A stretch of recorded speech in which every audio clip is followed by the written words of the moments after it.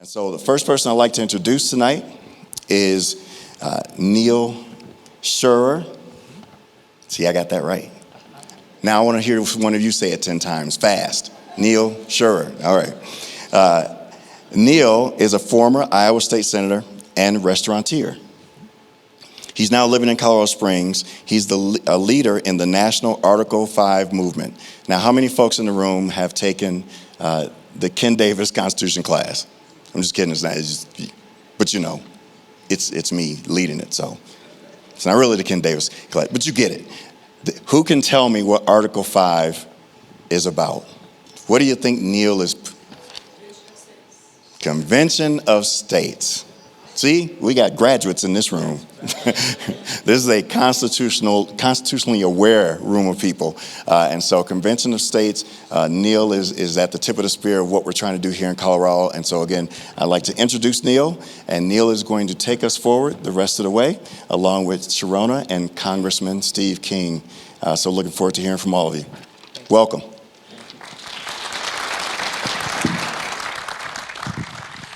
Well, it's great to be here this evening. I've been on this stage and been in attendance here with the Cultural Impact Team and Church of All Nations. What you're doing here and leading and informing people and educating people is just absolutely critical. And I arrived here in Colorado Springs about 15 years ago, and really finding that the network here and the people here in Colorado Springs are really going to lead the way in restoring our country. And thank you. And I kind of say sometimes, in the shadow of Pikes Peak, America's mountain, if we can't get it right here in El Paso County, Colorado, where else can we get it right? And so when my good friend, Congressman Steve King, put together a new book, and he was going to be traveling in Colorado, I just thought that it was important that I introduce him to everyone here in Colorado Springs and into the area, and share with him his experience as a congressman and someone who has been canceled. And he'll share that in his story as we talk a bit tonight. And I also wanted to bring Sherronna along and be part of this. I know Sherronna is well known in this network here with America's Mom, but what she's been active in terms of protecting families, protecting kids, starting out kind of early with the lockdowns with the COVID and protecting the Western Slope, and then even with the kids and the mask mandates and going and presenting to the school boards and not putting up with this, that we the people have control. She also dug into the election issues, got up to her elbows in Mesa County and the things going on there, and I wanted everyone to see that this is not just yes, please. It's not just happening to someone that serves in Congress, that's on the target all the time, like my good friend Steve here, but someone that it can happen to each one of us. When we stand up for our rights, we want to absolutely make sure that we know that we're going to be the target, and we want to share with you how we can just maintain that stand together to really defend our Constitution. I'm going to share something here real quick about my friend Congressman Steve King. We served together in the Iowa Senate, and when the fire started, and it had started long before then, but in the after the 2018 election and moving into 2019, when he was hoodwinked by the New York Times and even some of the leadership issues in Congress, and he'll share a bit about that. I want to just read this, that several of us that were served with Steve in the Iowa Senate, we shared this with the address to the good people of Iowa's 4th Congressional District. Who is Steve King? We are here to stand by our friend and colleague, Congressman Steve King. Steve is a visionary legislator, successful businessman, a devout Catholic, and a father.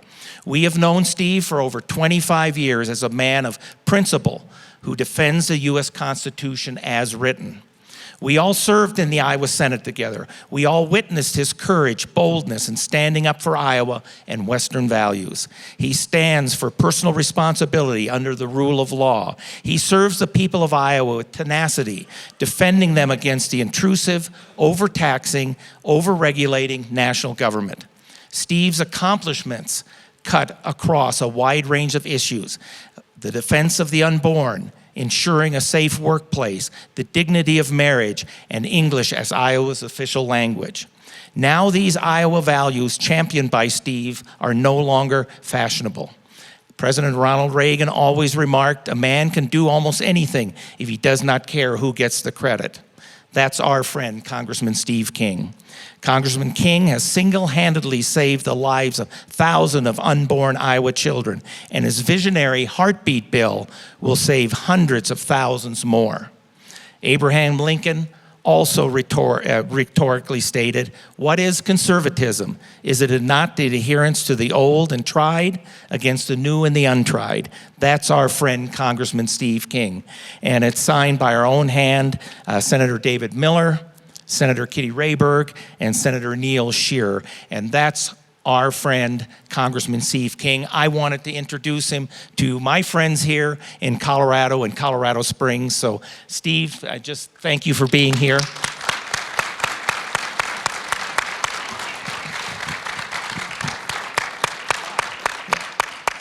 And Sherronna, too, with your leadership here in Colorado. So let's just kind of get started, and let's have Steve share a bit.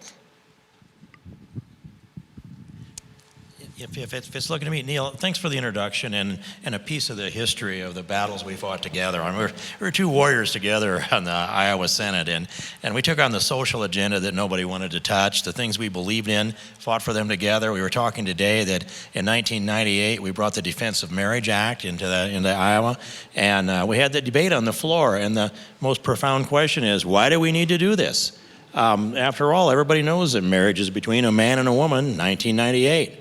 And we passed the bill, only I actually amended it because all the other Defense of Marriage Acts in America that I know of in the state bills say marriage is between one man and one woman. I amended that language so that it says marriage is between one male and one female because I didn't want to argue in 1998 about what a man and a woman was. Well, here we are today. And of course, and then things moved on pretty quickly, and the Supreme Court in Iowa, 2009, imposed same-sex marriage on our state. 2013, the United States Supreme Court did that too. So I challenge you, look forward to the future, see these trends, don't let them own the language, try to anticipate what they're bringing, hang on to our values, and don't give them 1 inch because they will expand it. I really appreciate Sherronna and the work that we've already done, and we became fast friends, and I'm looking forward to many, many more things that we can do together, Sherronna. Well, I have to say, anytime we're told not to hang out with people, I go hang out with them. Because the fact of the matter is, being canceled now is about what you stood for.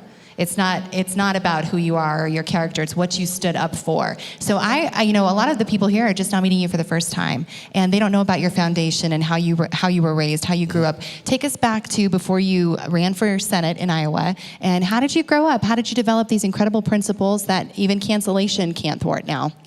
Well, the background piece of this was I grew up in a law enforcement family. My father was a manager of state police radio stations, and he steeped me in the rule of law.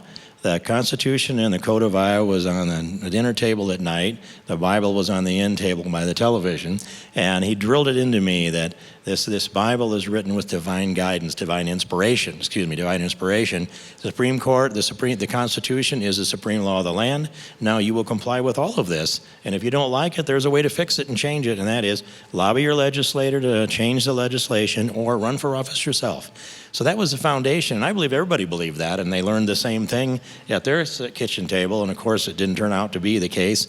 Then I thought it would be a pretty good idea to start a business because I found myself with a negative net worth of $5,000. I dug myself into a hole. That's if I sold my pickup, my chainsaw, and my shotgun, which I'd have sold everything but the shotgun and still been $5,000 in the hole. And then I convinced a Democrat banker to loan me 100% on an old beaten-up bulldozer that was out in the weeds in Nebraska. And we didn't plan a family or anything, but saw this is okay, I can take the risk.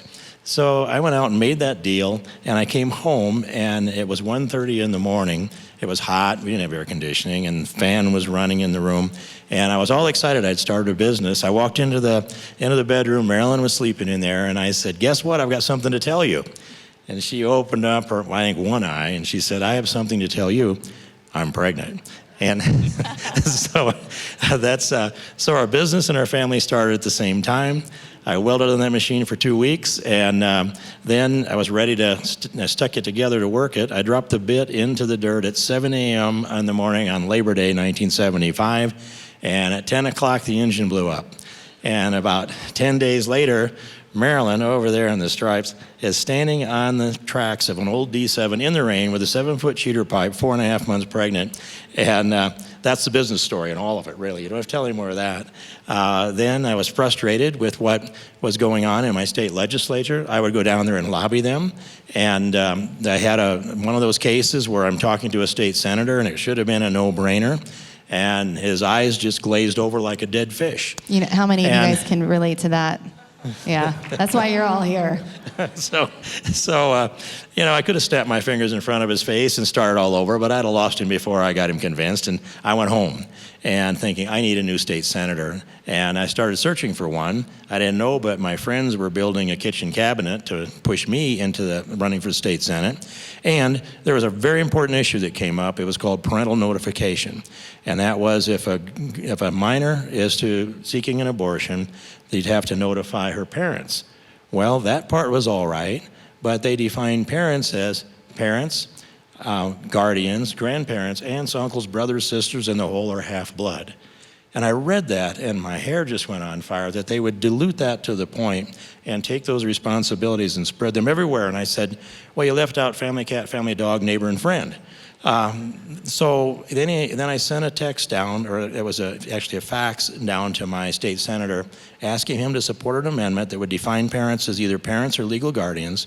He came back later in the day and called me and said, I couldn't support that. He couldn't defend it. In the end, he said, that's not the people I vote with. And that was life or death, and that drove me to run for the state senate and got me started in it, Sherronna. We were talking earlier about the incredible work that you did for the unborn, and you were talking about when your son was born, and you became the biggest activist in a matter of seconds when you saw your baby.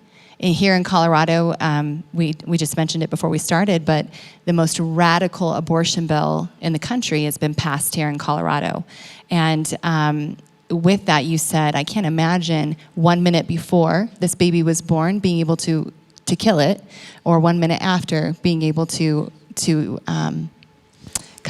kill a baby. And yet that's what you were thinking when you held your own son, and you became an incredible defendant for life.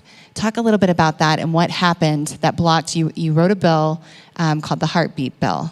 Take us through this. This is an amazing story. Well, I like a lot of parents, became convicted with pro-life as soon as I looked at our firstborn son. And it just washed over me what you said. You couldn't kill this baby in this moment, minutes after he's born, or minutes before, or any period, all the way back to conception. That was instantly clear to me. And throughout this time of standing up and defending life, it came to a place where Phyllis Schlafly was a terrific friend and a living, breathing icon, and the clearest theological and philosophical and constitutional thinker of our time. She passed away in September of 2016 before Trump was elected president. And as I went down to her funeral in St. Louis, I did the wake Friday night before, then I went early into the church and into the back of the church and just knelt. And I just wanted to pray and contemplate and understand what that meant to no longer have Phyllis in this world that meant so much to so many of us. And Janet Porter came over, took me by the wrist and led me down to the front, second row actually, and she said, Phyllis would want you up here. And Janet's a very demanding woman, and I followed, and pretty soon she found Michelle Bachman and brought her up and set them down. Well, in that quiet time, we began to talk about the Heartbeat Bill. And at some point in there, it washed over me, and it was a calling, and with a clarity, I understood, I need to write a Heartbeat Bill for the federal government in Congress that mirrors some of the things that were starting to percolate through the states. And I took that seriously, went back and did so. We dug deeply into it and introduced it. And Tom DeLay came up from Texas to help do the whip count on that, as did Janet and others. And I had about a 12-member whip team. We took that bill to 174 co-sponsors with a 100% promise to get a markup before the Judiciary Committee and an opportunity at that point to get it to the floor, which they never promised me, by the way.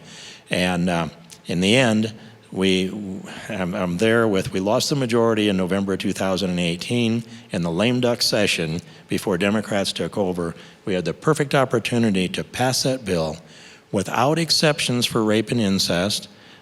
Babies, no matter the condition of their conception, they're all precious to God. And I would not back up on that position at all. Kevin McCarthy wanted me to, and he tried mightily to get that done. But in the end, he killed the bill when we had the chance to pass it. And about 5 weeks later, our Susan B. Anthony fundraising letter that comes along, Marilyn and I have contributed for a while there, I get a 4-page letter in that. Kevin McCarthy's letter, he's now the champion for pro-life and helped raise money for a pretty good pro-life organization. That's the hypocrisy of Washington, D.C. It's hard for us when we're here and we're watching what's happening in Washington, D.C., and we're trying to understand what's going on. When you come with a bill like this that any Republican should support, and then the leader says, we're not doing that because you're not making an exception for rape and incest, right? Is that essentially what the issue became? That there was no exceptions to that bill? Because all babies are from God, right? And so how do we determine who gets to live and who gets to die? So that bill comes through, we're all watching this and waiting to see what's going to happen, and then it's killed by the very ones who should be the most supportive. It's an irony that we have a hard time wrapping our minds around. So kind of moving forward into where we're at, why you're here today, why you've written this book, and what happened, what changed in your life. This was 2016, and a lot of things start shifting after that bill for you. You've stood up, you've said this is what we should be doing, and something starts to change in Congress for you. Well, some of the things in the past, they took issue with some quotes that I put out. And I put them out for a reason, is to stop bad policy, and it was effective in doing that. They built a record and extrapolated their ideas onto me and began to identify me. But a big component of all this was Iowa being the first in the nation caucus. We have the first and the most to say about who will be the next president of the United States. I think our values there are rock solid, and especially in Northwest Iowa that I represented for 18 years. And so if you're going to come to Iowa and run for president, you come to Northwest Iowa, my neighborhood. And then a person like, here's something we haven't talked about here, is that when Donald Trump arrived in Iowa, nobody thought he was ideological, and I still don't think that he came ideological. But David Bossie and I hosted an event with about 1,250 people there, and we handpicked them, or more I did, because that's my state. And so they were rock rib, full spectrum, constitutional Christian conservatives. And when a candidate steps out there, they wake up in the morning and they look at themselves in the mirror and they think, that's the face of the next president of the United States. And if you would hand them a quill and a parchment and say, now write your platform, that face would fall quickly, because they don't really know all that they want to do for America. But when they give a speech in a place like this, or wherever it might be, and if they say, I'm for defending guns in the Second Amendment, and here's why, and if you cheer and stand up and stomp your feet, that's a better chance it's a plank in that candidate's platform. Say the same thing for pro-life, same thing for marriage, balanced budget, national security, immigration. We actually build that platform by cheering and stomping our feet, or yawn, look at our watch, get up and walk away. That came through Donald Trump, and he's a consummate showman, and he can read the audience. And I think we wrote his platform right there in Iowa. And I believe it. and we set about 3 candidates up on that Iowa platform, ship them off to New Hampshire, and in New Hampshire they usually pull a few nails out of our platform. Then they go down to South Carolina and they take where the nails were and put some screws back in there. And that's the platform that got to the Oval Office in the body of Donald Trump. And first time I walked into the office, in the Oval Office with Trump as president, I looked around. I'd been in there and looked at the white boards of his promises that Steve Bannon put up in the West Wing, and then walked into the Oval Office, and I thought, my gosh, we actually did what we set about doing. We transferred our values into the Oval Office to be acted upon. Now, I got off your question a little bit, but I wanted to tell it. Yes, but you were such a fundamental part of that. What's Your that? leadership, your guidance was such a fundamental part of that. And that's part of this story, is years of representation, years of doing what's right, years of being a strong conservative, holding the line even when the leadership was against it because it was the right thing to do. You starting to see what's happening here? And it all leads to this incredible moment where your words are twisted and actually just outright lied about, because you were not going to be someone who supported a moderate path in Congress. It was take no prisoners at this point, right? We all saw the writing on the wall, what was going to happen to America if we did not hold the line. And to take you to the answer to the previous question in a more direct way would be, I became Ted Cruz's national campaign co-chairman. There were two of us, national co-chairman. And Governor Branstad, who is the longest serving governor in the history of America, he is the epitome of the establishment in Iowa politics. He came out 2 weeks before the caucus and he said, anybody but Cruz. So you know that was all of my political capital on the table, all of the governor's capital on the table, and really all of Ted Cruz's on the table. And we fought that out hard. And Cruz won Iowa. And that night, the victory speech was pretty long. I knew almost all the words by then, so I was mouthing the words while Ted Cruz was giving his victory speech, and I looked too happy. And that really ticked off those establishment people that wanted to run the show in Iowa, and they figured out they couldn't do that as long as there was a strong, principled, conservative voice that had people that would follow. And so the next morning, they started to recruit primary candidates against me. And here's what they said. They went through 7 of them, actually, that contacted me. They said it this way: if you announce to run against King in a primary, in 2 weeks you'll have $1 million in your campaign account. You can use it for sweetness and nice. We've already got $5 million budgeted in our PAC. We will burn King to the ground. It will be scorched earth. And within a week, Terry Branstad will endorse you. That's what they offered on the recruitment in 2016. But as it worked out, I'd gone through 3 elections in a row without spending a dime on advertisement because we did our job serving constituents. But then the complex and the swamp mobilized over the next couple of years in a greater way yet. So tell us what happened. The New York Post puts out a story, and you've been an advocate for Western civilization. We are the greatest. Look at America. I mean, our exceptionalism is obvious. We're the city on a hill. Everyone in this whole world is counting on us to hold the line, uphold our constitutional protections, and to be the people our founders hoped we would be. That's what you're advocating. And the New York Post, not that anybody's going to be shocked in this room, wrote literally lied and took the words that were never stated and used them in a quote. And this begins sort of the takedown of the strongest conservative in Congress.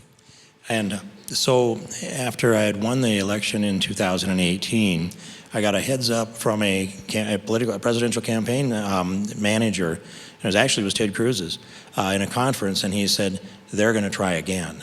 And the first couple of times he said that to me, I ignored it and passed it off, but he finally got my attention. And then he said, here's what they will do. They will choose a messenger that has President Trump's ear. That messenger will go to President Trump, convince him to send out a negative tweet on me, and that will be what triggers all of the national media, no matter where their ideological foundation is, and they believe they can, and use these words, force you to resign. They echo in my ears yet to this day. I knew then what the plan was, and I set about to preempt it. And I did so pretty well at the White House with Trump. He never came forward on any of this plan. I went to the messenger on January 8th of 2019. She said, I would never do that, Steve. Surprise, of course, who would admit to that? And I don't know that she was actually part of the plot, but I'm convinced that she passed that message up the chain. And I said, I will blow this thing wide open nationally if you try anything like this. Well, that was January 8th. January 9th, I had a primary opponent that announced at 11:23 a.m. He deleted all of his Twitter account prior to that. He had no website, he had no plan, no press plan, nothing, just a tweet. I'm going to run against Steve King. And the following day, the New York Times phony story with the misquote came out. And after that, there was no stopping all the hatred that was poured down on me for the simple thing that in the New York Times quote, the honest part of it, it's a misquote, the honest part is, I was defending Western civilization. And I said, they are weaponizing that term. And now today, you know, it's under assault in a big way. And that's actually, you said that just a little bit ago. Yeah, that's right. In kind of the death blow is anything attached to racist, right? Trump's a racist. I'm a racist. I know many of you in this room have been called domestic terrorists and racist now. Why? because you're conservatives, because you uphold our Diamond and values. silk are white supremacists. They've been called that. White supremacists, that's right, white supremacists. But that can be the death blow that the establishment uses to get rid of who they don't want. And it's been fascinating because we're putting all the pieces together, this incredible opportunity to talk with you directly and hear what happens behind the scenes. I'm so glad that you did not shrink back. I am so glad you did not just go back to Iowa and retire quietly. The people of Americans need to hear what's going on, because we think that when we elect a congressperson that they go to represent us. We don't understand this pecking order that comes from McCarthy down. And so for obvious reasons, you're a bit of that American rebel spirit, and you're going to do what's right rather than what you're told necessarily. So that death blow takes place with these elected officials, and what can you do? What happens next? Well, I think the leverage that the leadership uses needs to be articulated in a way that folks can understand. And I was just thinking, I think I could tell about 3 anecdotes that'll illuminate this. One of them would go back to John Boehner. And when John Boehner was Speaker, we had some conflict. I mean, he essentially served up Obamacare. He said he was going to kill it, ding it, nick it, and never become law. But I knew he didn't mean it when he said it. I meant it when I said it, of course, and I did everything I could with that. But we had conflict for a long time because of that. And I fought about Obamacare harder than anybody else in America except Michelle Bachmann. I give her credit. She ran for president to fight Obamacare. And we worked together, and it was fun. But we made great memories. But throughout all of that, sitting on the Judiciary Committee, doing battle with Obamacare, taking the lead in that in Congress because she was off for president, when Obamacare became before the Supreme Court to be heard on the constitutional basis, when Roberts did that little flip of reasoning that's can't be reconciled, actually.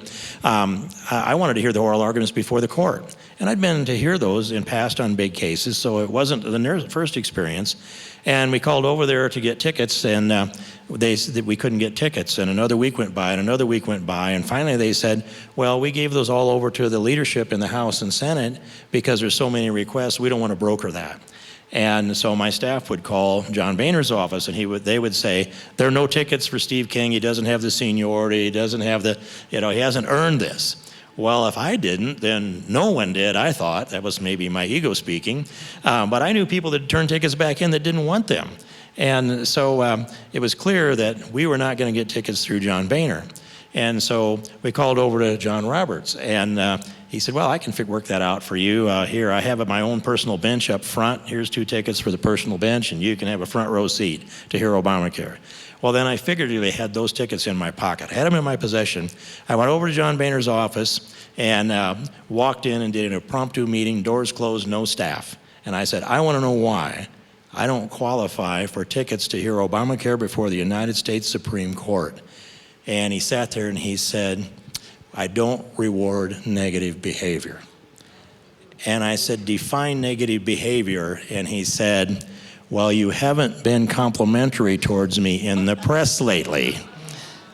Well, you had to earn that. A translation, you did not stroke his ego enough. Yes. Yes. And so I just got up and said, this conversation has run its course.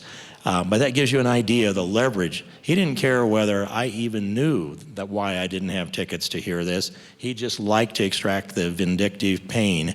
And at one other time, he canceled a trip I had to go to Egypt to meet with President Sisi. And the last minute, he canceled my tickets, canceled my hotel reservations. That's the kind of thing that's come down to John Boehner. Paul Ryan. Well, we always wondered what happened to Paul Ryan. Like, he grew a beard and lost his mind. That's what I thought. So what happened to him? I mean, first he was a man of the people. I was so excited. It was amazing. And then slowly we began to realize he's not with us. Well, say, for example, on immigration, he always had those inclinations, the Cato attitude about immigration, open borders, and cheap labor. But Paul Ryan and I debated that a lot. I had a great personal relation with him, I thought. We got along well. And there's not an ounce of animosity in me towards Paul Ryan. But the things that happened. So when we won the majority, and when Trump was elected president, before he was inaugurated, I went into Paul Ryan's office of Speaker, and I said, I want to know what your commitment is to getting the wall built. This is a mandate for the President-elect of the United States, and I want to know the path we're going to follow, I want to know the resources are going to be there, and I want to know the strings aren't tied to it. And that was about a 20-minute conversation. When it was all done, I said, I need it really straight from you. What are you willing to push, support building this wall on the southern border? It was only discussion on the wall, and his answer was, I believe the president deserves the resources necessary to secure the border. Hear all the loopholes in that?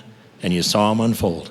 That's two examples. And then with Kevin McCarthy, I think the best thing to say there to understand is that he controls every committee assignment for every Republican in Congress, and they have to lobby him and negotiate with him for that.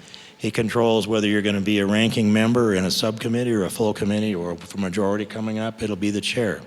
And he controls every amendment and every bill. And he assigns bills to the different committees. And I've had bills signed to 3 different committees, which you know how that works, Sherronna. So he can tie up your fundraising. Really quickly, just so everybody understands, if your bill is turned over to 3 separate committees, all of those committees have to agree to pass your bill. It makes it less likely your bill is going to make it through. That's just a ploy that they use so that your bill can't make it through. So that's just another tactic. They just put barriers ahead. And K Street is, of course, referred to as the place where the PAC funds come out of to support campaigns. And he controls K Street. He's raised more money than anybody in history. And if he tells them shut off the PAC checks to, say, Steve King, they're shut off. Not all of them, maybe 80 or 90% of them, but it's huge. And then he also controls your media image that's going on at the same time. So the other members are terrified that their bills aren't going to go anywhere, that they'll be kicked off of their committees, or they'll be in disfavor.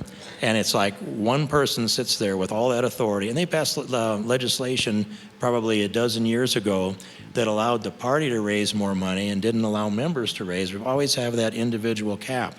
So members have a lot of trouble going out and raising money without being dependent upon the party or the PACs. And it's we the people where the money needs to come from. And that's where a lot of your strength is. They work to the opposite of that. So the cancellation began, what did that look like in your own community, in your own home state, when they really aggressively went after you to take you out? McCarthy's had enough of you. He doesn't want to deal with you anymore. What did that look like back home? Well, yes, and when they kick you off of committees, they know that no member of Congress has survived that. I mean, it is a political death sentence, a unilateral decision by Kevin McCarthy. But when I went home, I think of the national media was all over us too. And when I went home, the first town hall meeting I did was maybe 3 weeks after this hit. And it was in Primgar, Iowa. And it's O'Brien County. The chair of the Republican there is Kelly O'Brien. He's been there for about 25 years. And they set that place up, and the place was full. About a third of that room was full of national press. So it looked like a presidential address. They were there to document my political execution at the hands of my constituents. And so I opened up I read the poem, word for word, If, by Kipling. If you can keep your head when all about you are losing theirs and blaming it on you. If you can trust yourself when others doubt you, yet make allowance for their doubting too.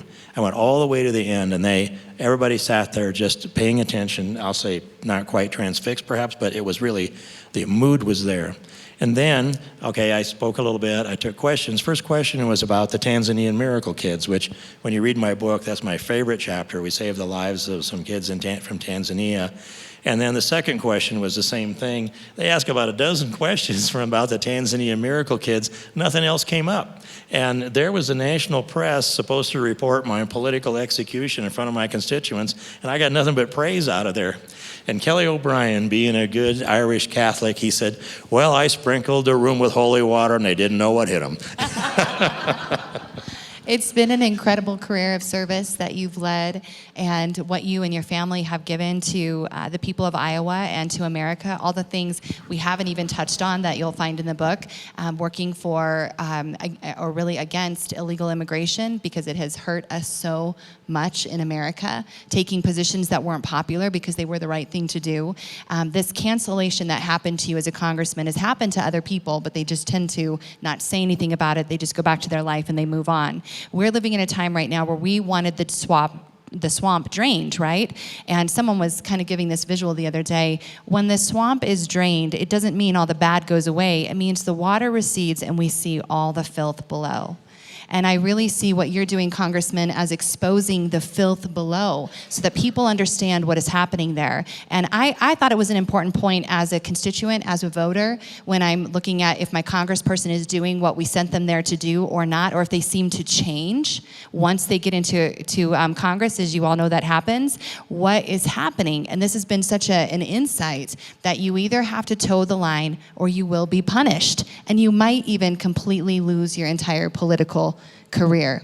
And for you, what has that meant coming back home and throwing yourself into all this? What is your life like now that you're not in Congress? What do you think? Well, I just say coming back home and how that changes things. And one of the things I noticed is that in the 4th District Republican Convention, which took place about a month ago, a good number of the people at the highest level of Republican politics in Iowa are people that I helped out helped them into the arena and helped them up through it. That would include Governor Reynolds, who was a county official, and I helped her get elected to the state senate and nominated her for lieutenant governor, and then she succeeded into the governorship. That would include Joni Ernst, who I went to visit in Iraq, and we got her into office in Montgomery County as a county auditor, and then on up to be the state senator that replaced our governor, Kim Reynolds, when she moved up. That would include the lieutenant governor today, and let's see, is Greg. He was an intern for me in Congress. Those three, I watched them operate around me, including Mike Pence, by the way, at the 4th District Convention. They all walked around me all day long. They all walked around me. And I'm sitting there looking and thinking, well, it's not to me to go to you. You're the ones that took the cheap shots at me. I'm happy to listen to confessions and repentance, and that's the sequence that it's supposed to be. But I sat there holding court. They didn't come over, so I just signed and sold books, and we had a good day. You know, it is incredible, though, to be able to look and see all those you've brought along, that you've mentored and raised them up. And so it's a little bit bittersweet to have you be on this other side and seeing how all those years of giving has led to this moment. But I also see, and maybe all of you will hear too tonight, there's a bigger calling now. This exposure and empowering of those who are still in Congress to start doing the right thing, to not be under the thumb of McCarthy or anyone else if it violates what their constituents have sent them there to do. Isn't that eye-opening? It's eye-opening. That's not what we think is happening in Congress. And so what's your plans now? You've written this incredible book. Everybody needs to get a copy. There actually was literally a bill, it wasn't a bill. It was I don't have my notes. What's that called? A resolution was written. Resolution 41 in Congress was written after this New York Times article came out. This false libelous article comes out. And the response is to declare that in the Republican Party, we are not white supremacists and we are not all of these things, which is very obvious. Our platform speaks to that. You have done some tremendous work you had already done tremendous work in the Black community. You had already been a major supporter of every American in this country, and your record shows that. So, yes, it's true. And you can't cancel real history. You can't cancel your record. Well, that's true, and it's the biggest reason I wrote the book. I knew with this cancellation that came down, I knew within a matter of weeks, I would say, that there was going to be nothing allowed out there in cyberspace that supported the truth and the facts. No one would report anything I said that was factual. I could have gone on CNN and MSNBC, even if I won the debate with Don Lemon or one of those folks. Even if I won the debate, they would still spend 2 weeks twisting it around and telling the world how bad it is. And so, but only a book. A book is the only thing that you can put out there and write, put it in text, and they can't edit it, they can't redact it, they can cancel it in a lot of ways. And in fact, that was an adventure to get a publisher. And I want to say that how that worked out. But I go out on the deck in the morning about 5:30 with a pot of coffee, and I'd write till my brain and fingers didn't coordinate anymore. And then I'd go do something else day after day and accumulated a lot of words there. And I wanted to make sure that it was 100% factual, and I believe it is. And it's got a lot of footnotes in there that support that. But it's, you take that out and push it out to the world and get the facts out there. And then I want that spread as far as it can go. And in Iowa, it's penetrated pretty well, which is why those folks are walking around me. They know it's out there, and they don't know now. See, here's with me. I don't know how many people stab me in the back. I don't know, but I know I have some real friends there, and I'm very grateful to them. But I always have to look and go, well, let me see. Is this real or isn't it real? And so that was a question that's been with me now for 2 years or better. But there's another part of this. Those folks, those people that are part of the political lynch mob, now they have to wonder, whoever they're talking to and singing their own praises, has this person read Steve King's book? What do they know about me that they're not telling me? And that's kind of sweet to know that's taking place too. There's some poetic justice there.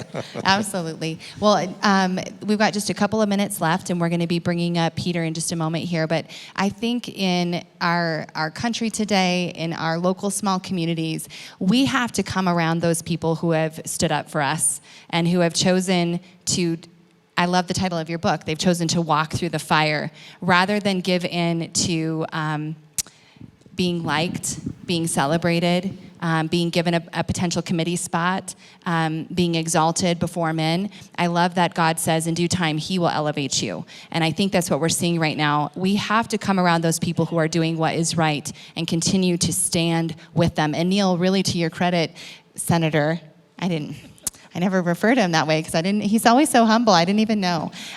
Senator, you have done that. You come around your friend and defended him. And it's true, when I typed in Google and put Steve King in there, I was like, whoa, they really wanted to just assassinate his entire life.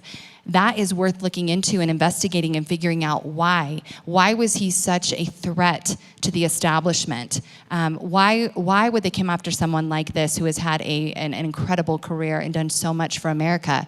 So it's been an honor to be here with you. I don't even know what merited this, so I appreciate it so much. But I have to say, you're exactly the kind of person I want to be around, who has held the line, walked through the fire, and now is telling everyone what's actually happening behind the doors of Congress.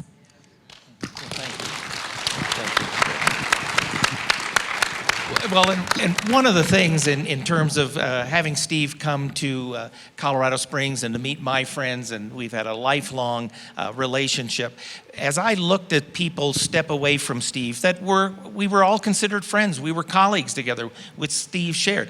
If you can't stand for your friends, if you're not going to support your friends, who will you support? And that's a character issue. Steve has led the way. I call him almost prophetic in the issues that he brings. But that's why I wanted to introduce him to my friends here in Colorado Springs, and I'm glad you came, Steve. Well, thank you very much, Neal. So I'm going to have Peter Lupia come up. First of all, I met Peter just a few months, well, gosh, it feels like just a few short months ago. And when I heard what he was adventuring to do, I was like, yes, let's do this. We need good people who just are going to get in the ring and fight for us. He's a father, a husband, of course. He comes from a military background, moved everywhere, and when he was 18, got to shake the hand of Ronald Reagan. And I think that sealed his conservatism right there. Right, Phil? Peter, sorry. So right now, just to kind of give you a heads up too on what he's doing, I think it's very fitting that you're in this fold with us right now, because you are seeking to take back what belongs to the people and restore integrity back to our elections here in El Paso County. So I'm so grateful for you, Peter. Thank you. Thank you. So I have to take a moment because Ken pointed out to me as he was leaving, all of our questions tonight are going to be by text message, and we neglected to give you the text phone number. It's flashed up on screen a couple of times, but for those who are listening, if you'd like to get a question in, we're doing them all via text message. The number to do that is 719-357-7753. 719-357-7753. So I would like to say thank you for allowing me to join you. Congressman, I was always a huge fan of your work. You were one of the few people I could, if I saw your name, I knew I could count on what was about to happen, and Neal being a good friend. And I also want to identify Colorado Senator Kevin Lundberg, who's here with us tonight. I guess former, retired, however you want to put that, but also a friend to the things that we're all about here. So thank you for joining us this evening.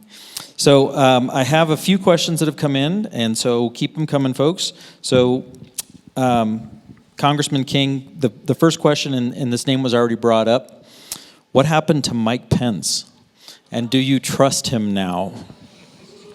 Well, that is a bit of a loaded question, but it deserves a legitimate answer. And I'll say this, what my answer is not going to be uninformed. I sat next to Mike Pence on the Judiciary Committee for 10 years. And as Mike was running for higher office, especially as vice president, but in other events too, everywhere he goes, Karen goes with him. And that's good. And I made the mistake once of walking up to speak to Mike when he was standing behind the curtain with Karen right before he was introduced.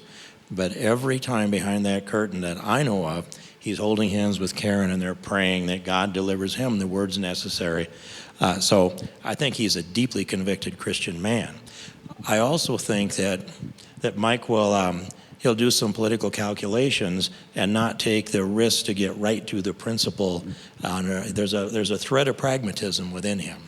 And I'm telling a story a little bit maybe out of school, but Mike was looking at going back to Indiana to run for governor, and we had a bill before us for D.C. statehood, which would be 2 Democrat senators and a voting Democrat House member.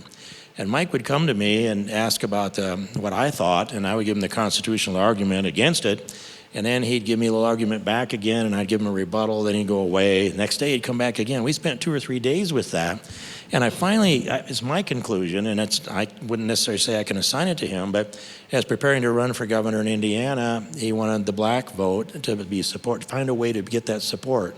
And for me, I would just say that's just wrong. It was never designed to be a state in Washington, D.C., the District of Columbia, and I wouldn't give it any more thought. But so that calculation was going on, and it happened also, I think, on a social agenda bill there in Indiana when he was governor. I think a lot of Mike, yet I do believe he's a very moral Christian man. He's very well grounded, and it's just not. He's not the fellow that's going to walk the plank alone. Not unless he can see that there's a deep enough pool to dive into down below. So that's how I would phrase it, and I think I've been fair to Mike in my analysis. I would say so, yes. This is a pretty big question here. Are you hopeful for America? I'd say it this way, is that, I say this to a lot of people, especially young people, that we all have gifts that we didn't discover yet, and it's up to us. God gives us the gifts, and we need to develop them and use them to the greatest extent possible to glorify Him. And if you do that every day, you haven't done enough, because you still have to challenge everyone else the same way every day. Now, if you're doing that, then you're doing all you can do. And I know that this will be God's victory in His time. It won't be our victory. So we shouldn't despair whether we are ready to give up or not. We should just never give up. It'll be His victory in His time. Take the gifts He's given us, draw your strength from the joy of the battle, and leave the time and the place of His victory to the Lord. If you do that, every day will be a glorious day. And then I just maybe put this is I think in the tail end of my book, but I wrote this. Every day I pray this, that Lord, loan me the measure of your wisdom. You would have me use this day to go forth and glorify you. And if you have a little room for an extra blessing, let me do so with joy. And that's gotten me through a lot of this. That is fantastic, absolutely. So armor up every day, folks. Show up for the battle. The victory's already been given to us. We have to show up and fight, though. Okay. Say, would you mind if I put another little piece in that? No, go. Good, because I'm just thinking Your show. about the long-term context of this. I was really inspired when I went to the Cathedral of the Dome in Cologne, Germany. And I learned the history of that beautiful Gothic cathedral that stands to this day. And at 332 AD, Christianity arrived in Western Europe, and they built a cathedral there on the banks of the Rhine. And I've seen the pictures of it, and so they went to church there from 332 AD until about 1050 or so, and they decided, we want to build this big, beautiful Gothic cathedral, and we're going to incorporate the church we have into it with that cornerstone of 332 AD in it. So the architects got busy, and they drew up this set of plans. And can you imagine, over 1,000 years ago, roughly 1,000 years ago, I should say, that they didn't have the tools we had today, but they drew the plans up for that beautiful cathedral, and they started building 1050 or so AD. By the middle part of the 13th century, 200 years later, they ran out of money, and they stopped building. And they kept their fundraising drive going for 600 years. And they finally decided they had enough money, and they started putting stone on top of stone. And in about 1888, they finished that cathedral. And about 1943 and 4, Allied bombers were turning that city into rubble. But when they went over that cathedral of the dome, they didn't drop bombs until they cleared the cathedral, and they bombed Cologne into rubble in a radial pattern. And that that cathedral stands to this day with a few little nicks in it, but that it stood strong. And when I see that, I think, they didn't despair from 332 AD, 1050 AD till 1888. Why should we? It's God's victory in his time, and that's a great monument to it. So. Absolutely. 100%. And I've actually had the pleasure of seeing that cathedral myself in person, and it is a great reminder of that exactly. I'm going to ask you this question next because I have a personal stake in it. Do you think the election fraud will be corrected for 2022? Well, I think some of it will be, and some of the states have met, and they brought some legislation that's going to improve the situation. I don't think we've got enough resources out there at this point that have been deployed to put an end to the election fraud. And I don't know how a reasonable person could say that there wasn't significant components of this last election that was fraudulent. If you've seen 2,000 Mules by Dinesh D'Souza, that's one component of about 7 or 8 components of election fraud. I don't think that many of our legislators understand how deep this goes. I don't think they believe it yet. If Dennis Prager didn't believe it until he watched 2,000 Mules, how many other people out there have thought, I'm not going to worry about it? So we have to be ever vigilant, and I don't know that we can hold it, but it's going to be harder to steal an election after you mess up the federal government as bad as this is. They're going to have a lot more votes to steal. So let's run the table this time. That's right. Show up to vote, and that's how we get around that, right? So here's a little bit of your seniority is going to give us some guidance on the younger generation coming behind you. Marjorie Taylor Greene seems to have the guts needed to go into the fire. And so what is your thought of her and Matt Gaetz being the new young MAGA leaders?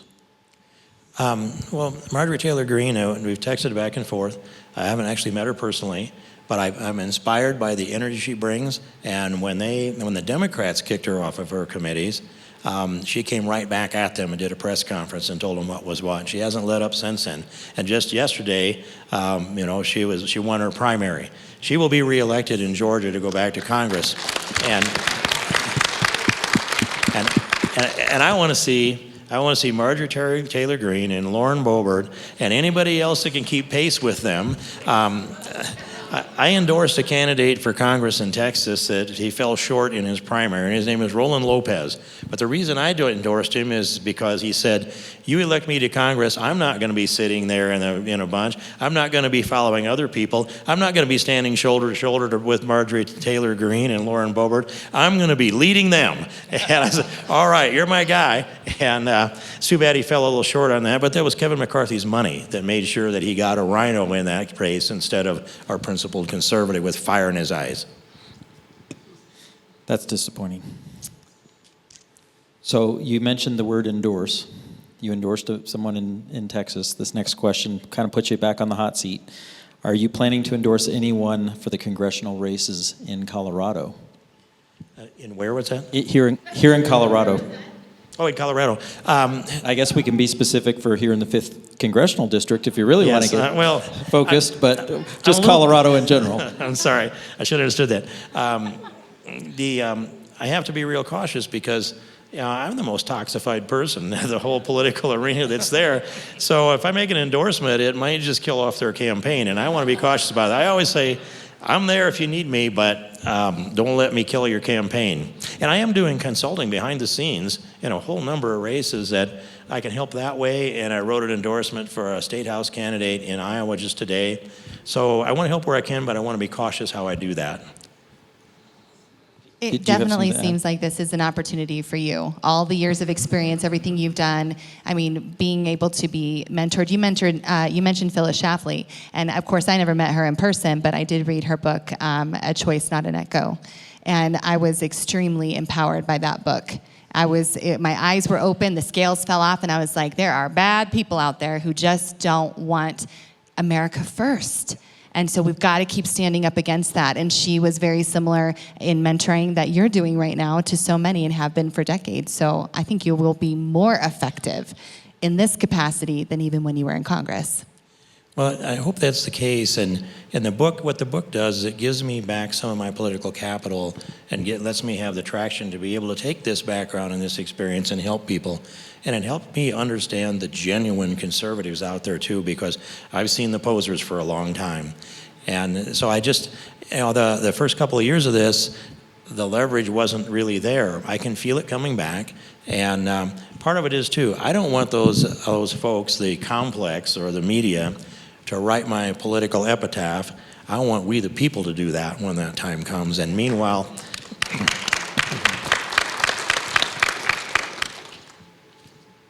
So this one, because we know who you are, I think you can speak very effectively to this. Could you please comment on the spiritual atmosphere in Washington, D.C.?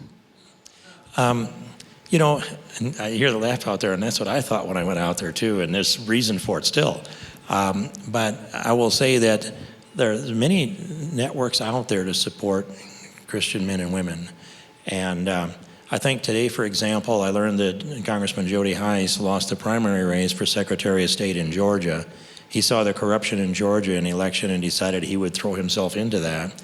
Jody Hice led a Bible study at 7 o'clock every Wednesday morning, and with the Reverend Jim Garlow was there a lot with us. And so a small group of us would go in there, and that would be my first Wednesday morning meeting. And then at 8 o'clock, I hosted the Conservative Opportunity Society, and I did that for 16 years. But there's prayer groups around the Hill, and there's also a Thursday morning Bible study that takes place, and I was part of that for a long time too. And I find out that there's groups meeting here to pray in there. So faithful people do have a support network. And I'll tell you also that it's not that we don't stop and pray. We open every meeting with prayer, every Republican meeting with prayer. And when we were fighting Obamacare, when the trenches were as bloody as they could be on the floor of the House, some of us went to Mike Pence, who was the conference chairman, and said, we need to go pray. And he sent out a text because he had the list of them, and we went into the members' chapel, and we pushed the chairs all aside, and 24 members of Congress got on their knees and prayed that God would deliver us back our freedom, our liberty for our skin and everything inside it. And every one of the 24 took a turn. It wasn't mandatory. They were waiting for their turn.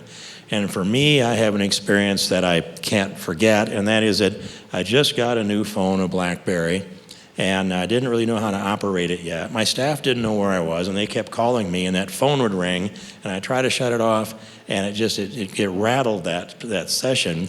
So after that, I downloaded Amazing Grace as my ringtone, so if it ever happened again, it'd be okay. Good cover. Oh, I don't know if I can remember all the names that are there. I better not try. At that time, I don't think so, but it's possible. Yeah, I couldn't say for sure.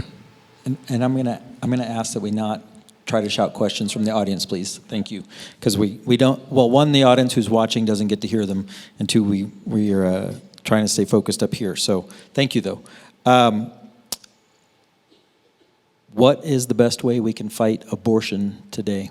I missed that. What was the best way? What is the best way that we can fight abortion today? The best way to fight it? Well, we're watching what will come down from the Supreme Court in the latter part of June as we anticipate. Most of us have read, or at least read the news on Alito's draft, and I pray that draft holds together word for word verbatim. I don't have to wonder about Clarence Thomas or Alito, and they're the two strongest, I believe, on the court. But if that comes down, then there's a consensus that pro-life comes back to the states. And I can understand why you would despair here in Colorado. I wrote the Iowa heartbeat bill too and submitted that to the legislature and lobbied that for 7 weeks before we got it passed. And it's held up now by the courts. But as I saw a map of the states that would or either have passed heartbeat legislation or are likely to in the aftermath of a reversal of Roe versus Wade, and that came to 30 states. And when you look at the map of that, it was the Midwest and the South, and those who would not pass it likely would be, well, you'd probably see Colorado for now, Indiana, the Northeast, New England, and all the West Coast. And whoever showed that was on Newsmax, and he said, that looks like civil war. Well, I hope and pray not. But every piece of education we get out there, especially to young people, and the science that's there, it makes it stronger. We become a pro-life nation by information and understanding. And I would go before an entire high school or entire K through 12 school assembly in the gymnasium, and I'd look at those kids and I would say, you know, as you go through school and get ready to leave this school and go on into life, many of you will be at least confronted with a question of abortion. And you need to know two things. And I would say, human life is sacred in all of its forms. And I'd let that soak in. And then I'd say, look at the student next to you. Pair up eye to eye. Is that person you're looking at, is their life sacred? And they would say yes. Now this other person is looking back. Is their life sacred? Yes. And then I'd say, but in between you, that's the ghost of the missing generation because of abortion. You would have someone sitting between each one of you, of your pairs, if we had respected life as being sacred. And the next question you have to ask is, now that we all agree human life is sacred in all of its forms, the next question you have to ask is, at what moment does life begin? And we all know it's a moment of conception, and now you're armed, and wherever you go, you will never lose that debate, you will never wonder, and you can always counsel your friends and the people around you that that baby is sacred, and you'll always regret not knowing what that child would grow up to be. I think that kind of education is part of what has brought this pro-life nation that we have today. But fight this out in the state legislatures, fight it out everywhere. Wherever there is a ballot for a name, put a good, faithful Christian there and support them, get them elected. I don't care if it's library board, dog catcher, or whether it's city council, whatever it is. Good people have to step up and lead. And if we do that everywhere, the culture of this country will come together, and we'll do it from the bottom up. And by the way, we need to pass a national bill too, and I do have some significant reason and optimism that my heartbeat bill goes before a Republican majority early in the next session to be passed out of the House of Representatives. And I hope and pray that happens too, because a state patchwork is good, it saves lives, but a national bill saves as many as possible, and that's 1 million babies. That's 1 million babies. Amen. Amen, amen. So going back to the upcoming Republican majority in the House, how do we keep Kevin McCarthy from becoming Speaker? If I could sell 1 million copies of this book, he would not be Speaker. I was going to say, you're not there anymore, so feel free to lay the plan out there and help us out. Well, you know, one of the things is that when you've got people in running for office, especially in the primaries, it is about the primaries still, then I would challenge them and say, are you going to commit to vote for Kevin McCarthy, or are you going to commit not to vote for Kevin McCarthy? Put the pressure on them, and some of them will say, I won't vote for Kevin McCarthy if elected to Congress. And by the way, after the primary, when that leverage is gone, they're going to be more comfortable saying that than they are when they're still in a primary contest.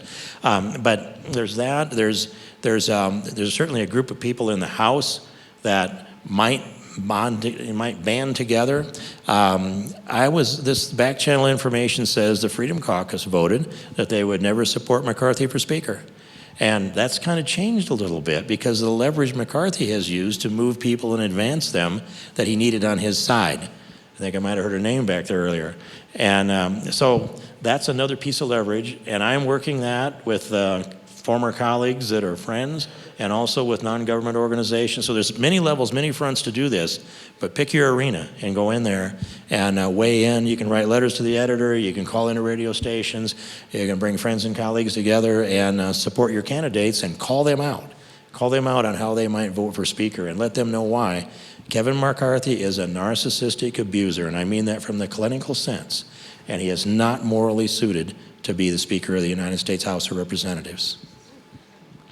Wow, information is powerful, folks. Put that to use. So from an insider's perspective, can the budget ever be balanced? Ever is a long time. So the simple answer is yes, but in a practical We've sense. given you all the time in the world to figure it out. I've written several balanced budget amendments, and I've brought, when I went to Congress, it was 2003, and I went to Jim Nussel, the chairman of the Budget Committee, and I said, Jim, where's our balanced budget? And he said, we can't balance the budget. And I said, well, why not? It's been balanced here for 4 years in a row. Why can't we balance it this year? And he said, well, we're at war in Afghanistan. We're preparing to go into war in Iraq. And we've got to create all of these safety mechanisms, TSA and all, so that we can protect ourselves from terrorism. We can't balance the budget. And I said, Jim, you got to ask the American people to tighten their belt. They'll do it now. But if we let this get away from us, we'll have, and I said it this way, the devil's own time ever getting back to a balanced budget again, which turned out to be true. And I worked for 10 years to even get a balanced budget offered on the floor of the House, and that's a long story I won't go into. But we need to elect a president that's committed to this, and we need to call our candidates out on working in that direction. And I know that when I went into that West Wing of Steve Bannon's War Room office in the White House, and 2 whiteboards are up there that are a lot bigger than Karl Rove with all those promises on it, I looked at it and said, where's the balanced budget? And he said, we can't do it in the first term, we think maybe in the second, which wasn't much of a promise. So it's going to be very, very difficult, especially with printing the money the way we are. But I do think this country needs sound money, and it needs sound budget, and it needs to get back to balance. And if you call for a balanced budget amendment to the Constitution in your Article 5 effort, Neal, that's probably our best chance to get one.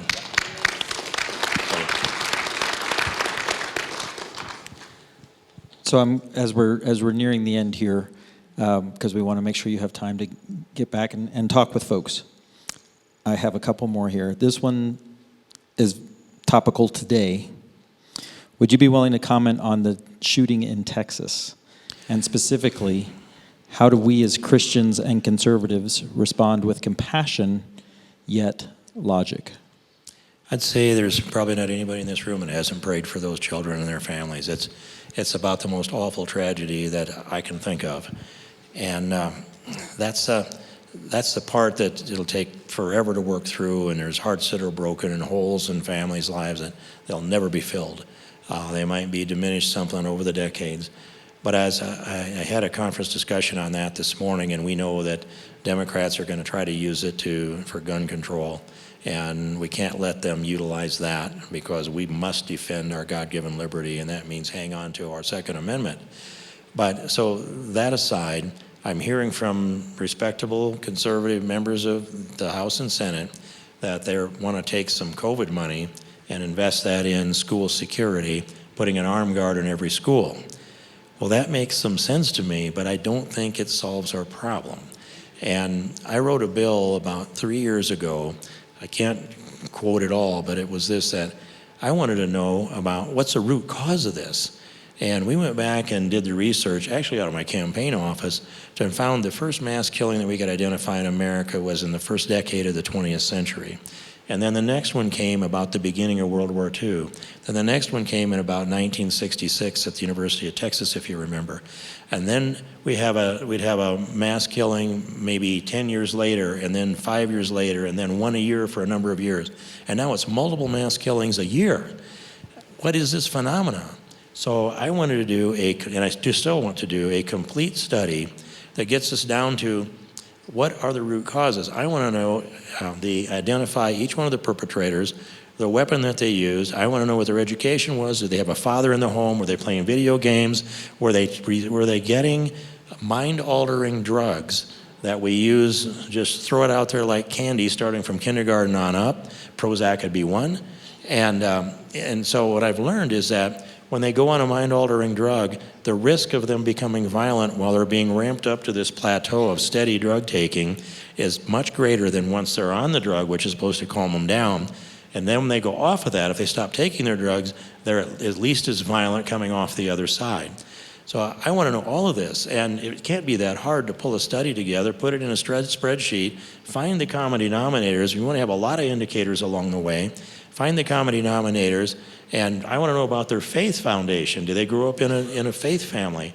And was it an intact family? And what's their relationship with their grandparents and their friends? And is there anything geographically that tells us something about this? All of these pieces, every single indicator, put them in a spreadsheet, boil it down, and find the common denominators, and then decide how to address this in a complete way that we can get right at the root of the problem. And right now, I don't think anybody knows the whole root of this problem, but the culture is part of it. We know that. No, but I agree with you wholeheartedly that we've gone to a culture of medicating children from the time they're tiny, and it's hard to expect something different later on. So this goes to more of an international flavor. What are your thoughts on the World Economic Forum and the WHO and our current administration giving our medical rights away to them?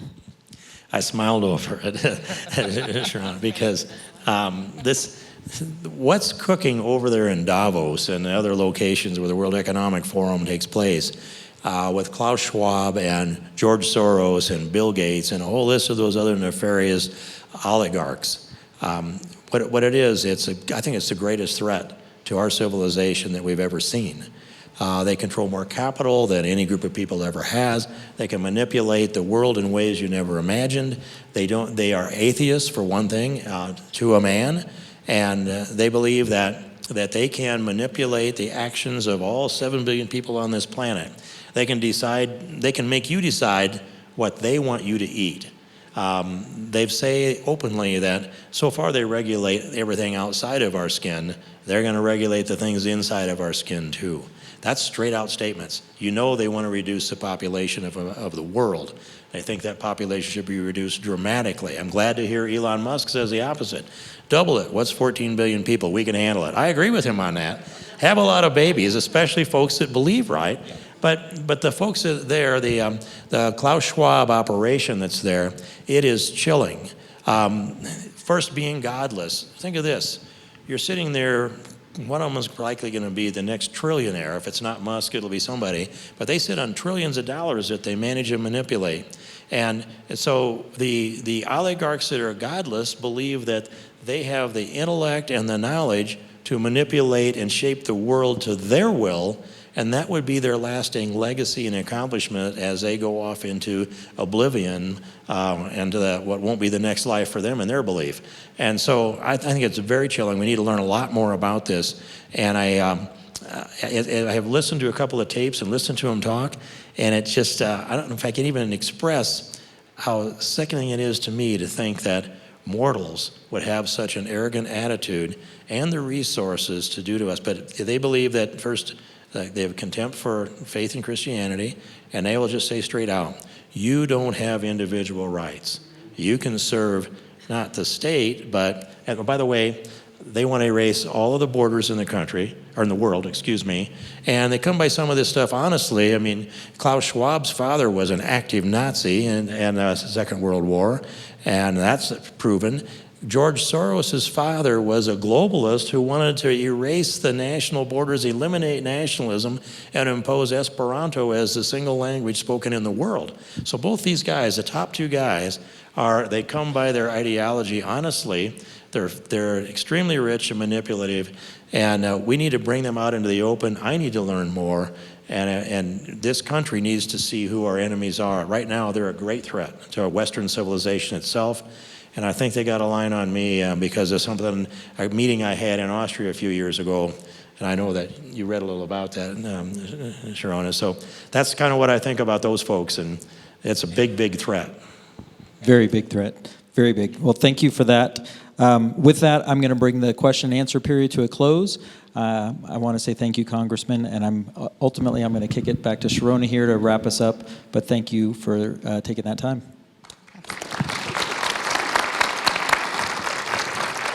It's been a great time with you, Congressman. Thank you so much for giving us your energy and traveling all the way here. It's incredibly critical that you do something. you do something to start standing in the gap for those who have not yet been turned on or awakened to what's happening in this world. You were talking about the WHO and what's going on there. In a lot of our charter schools here in Colorado, their tagline is to make good global citizens. It's happening even in places that have, classical education. It's happening everywhere. And our eyes just need to be open, and we need to speak up. When it's our turn to speak up, we've got to do it and not be afraid. And what I've learned, I think, and I'm going to continue to learn for many years from you, Congressman, is expect it. Expect the rain. Expect to get punched in the face because you're speaking up and doing the right thing, and keep doing it anyway. Keep going anyway. I'll leave you guys with this, and we're going to end our time together, but just remember, all that is necessary for evil to prevail is for good men to do nothing. Thank you all for being here with us tonight.